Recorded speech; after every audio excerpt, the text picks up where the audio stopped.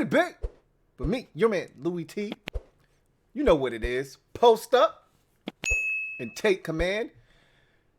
Got some interesting things to discuss today regarding the Washington Commanders. I want to start out first by talking about Sam Howell. So there was a report over the weekend that surfaced that got a lot of attention, that had social media buzzing, about Washington telling potential offensive coordinators that Sam Howell would be the guy. And so let's take a look at that first.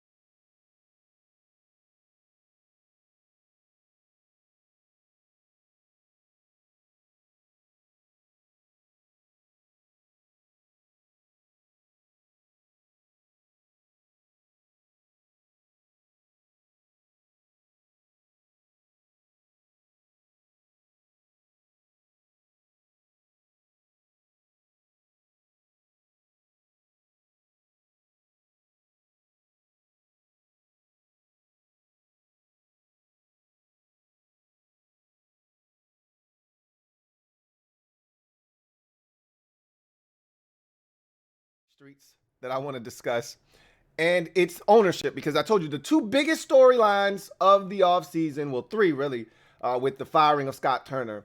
The three biggest storylines: quarterback, which we may have solved with, the news this weekend of Sam Howell potentially being QB1. Offensive coordinator, which we have yet to resolve yet. We'll figure that out, at a later date and time, and we'll be able to analyze and overanalyze the decision that they ultimately make.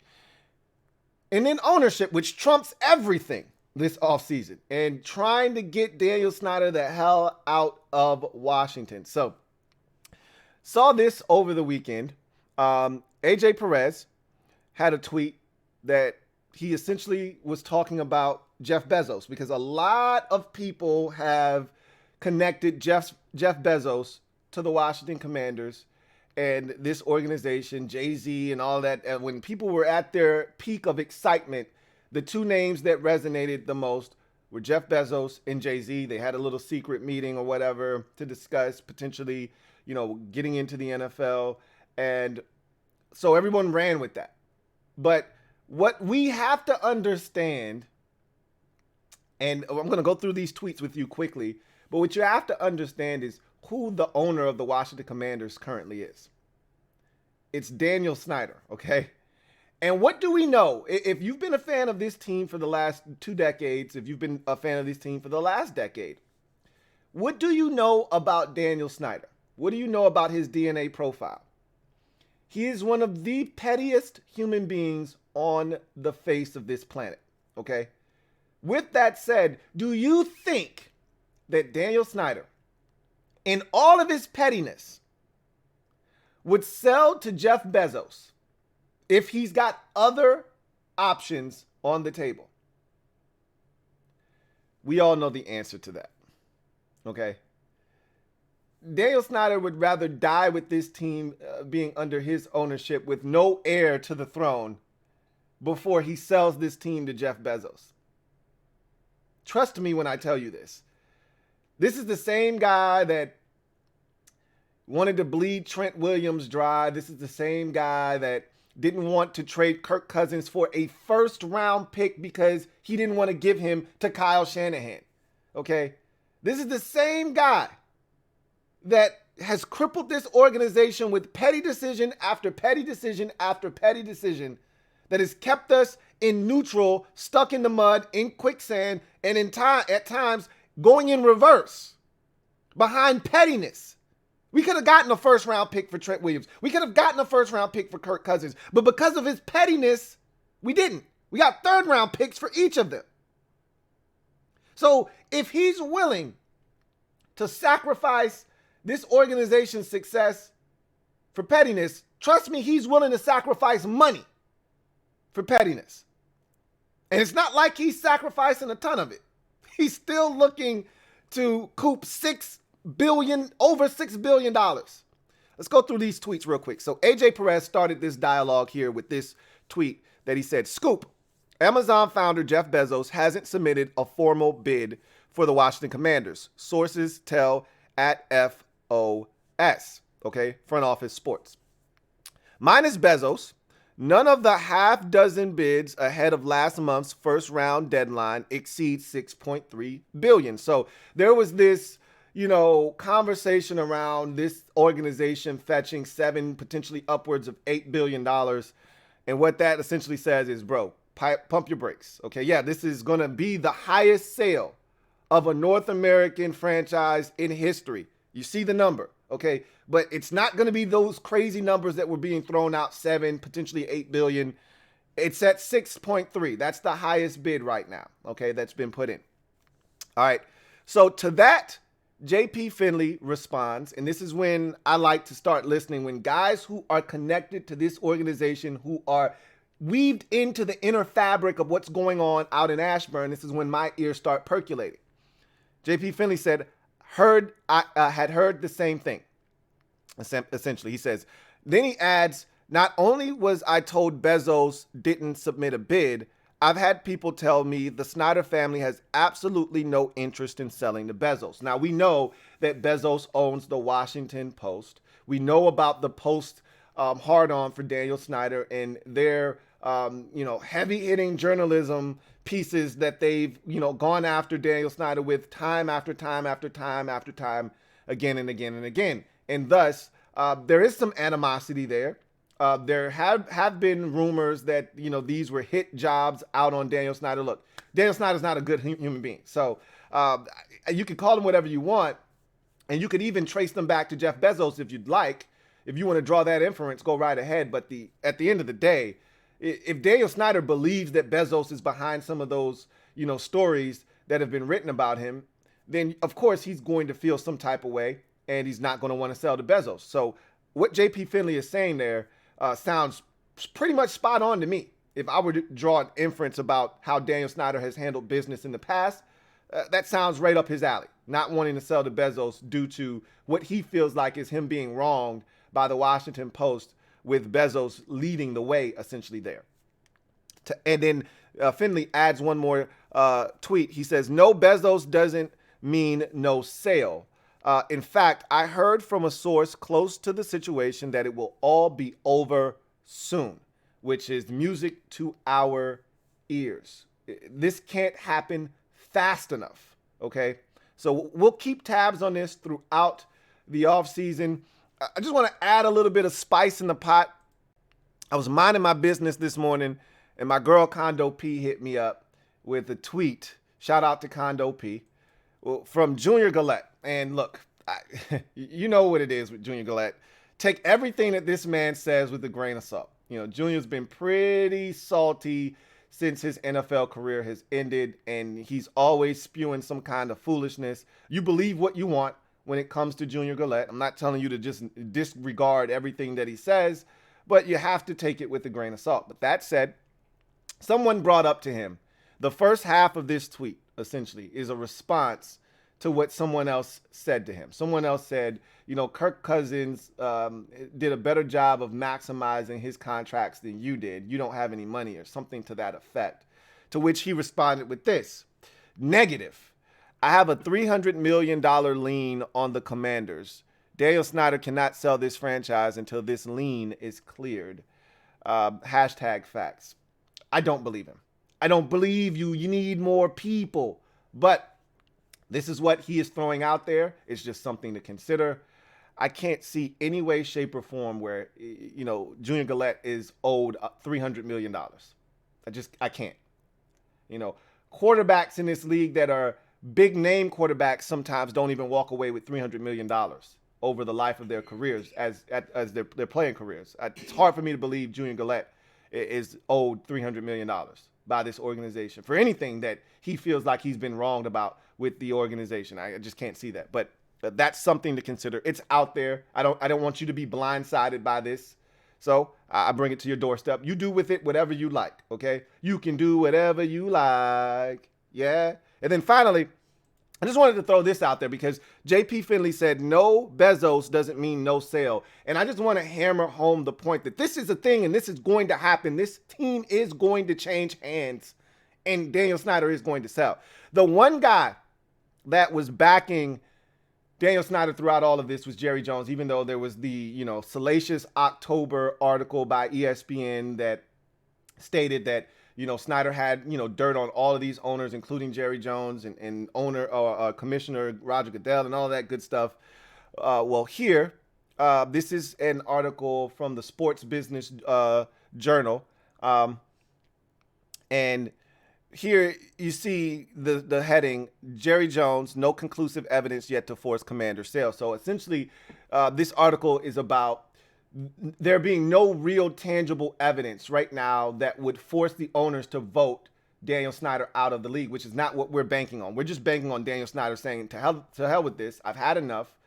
I can make a ton of money, be on my yacht in the Mediterranean somewhere, and not have to deal with this shit. I'm over it. However, what I want you to focus on here, and you can read this article if you'd like. You just look up the Sports Business Journal on Twitter or social media, or you can type this in, type the heading in right here that you see, and it'll pop it up, and you can read the article if you'd like. This was from yesterday, Sunday. So, or actually today. That's the 16th. Today is the 16th. So, yeah, today. I want you to read the purple line here that's been highlighted.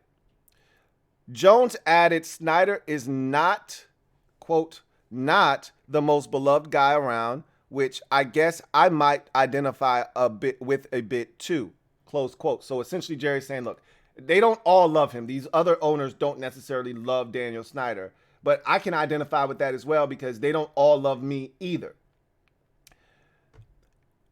He says, however, Jones said, quote, is he worth me taking a sword? He's not Al Davis. For me, he's not. Close quote. So essentially, Jones is saying, do I want to alienate myself from the other owners on behalf of Daniel Snyder? Is he worth protecting to the point where other owners start to feel some type of way about me? He's not Al Davis, which is Jerry Jones essentially saying, I'll go to bat. I would have gone to bat for Al Davis. I would have stood side by side with Al Davis and fought every single owner here if that's what it took, because Al was my guy. Is Daniel Snyder my guy to that point where I'm willing to alienate the other owners and stand side by side with him? Nah, not at all. Not even close. So really, Jerry Jones was his last ally. I don't think the other owners thought highly of Daniel Snyder. They haven't. They don't. They never will. And Jerry Jones is one of the most influential and powerful owners in the NFL, along with Kraft and the Maras with the Giants. There's this group of owners that have, this ridiculous amount of power, and they can sway the other owners. And Jerry Jones is one of those guys.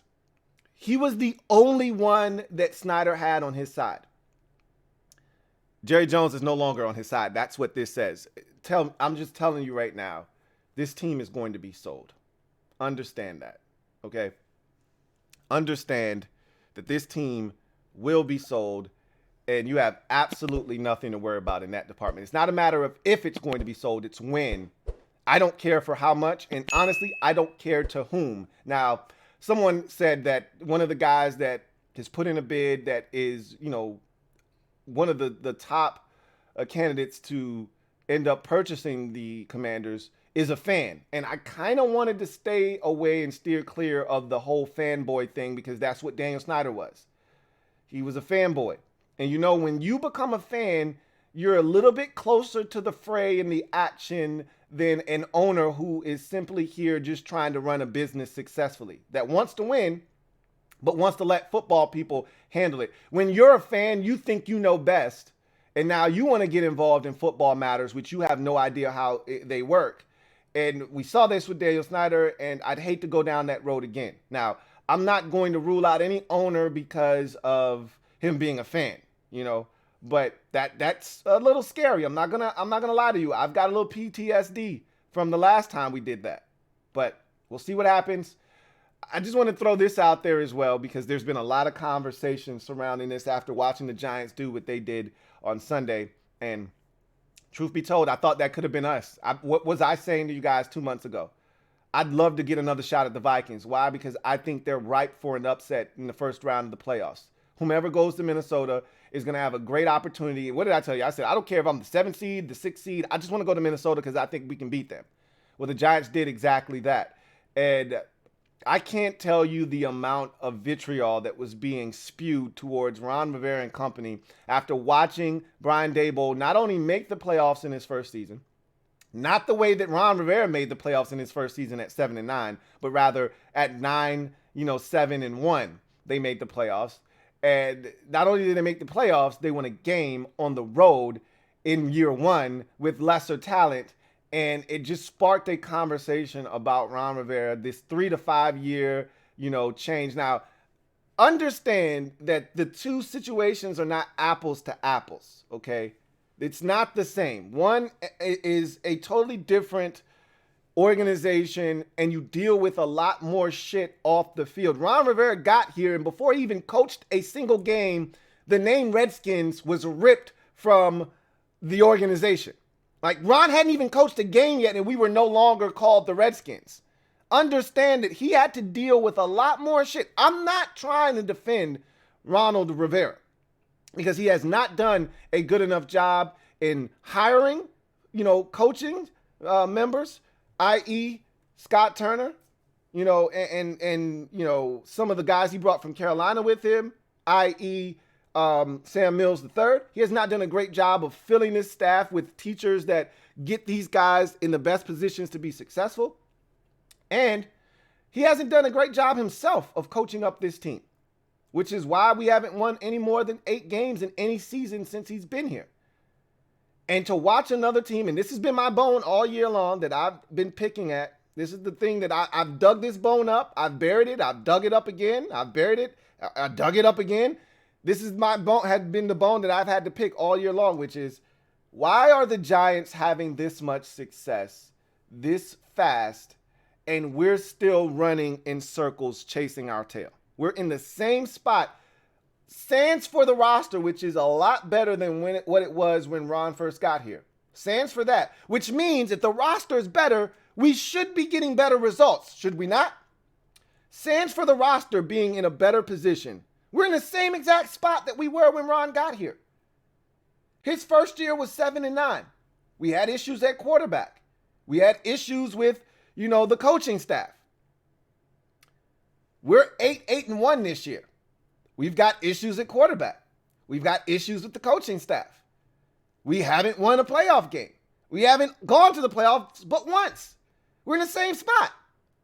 So a lot of fans were frustrated, and rightfully so.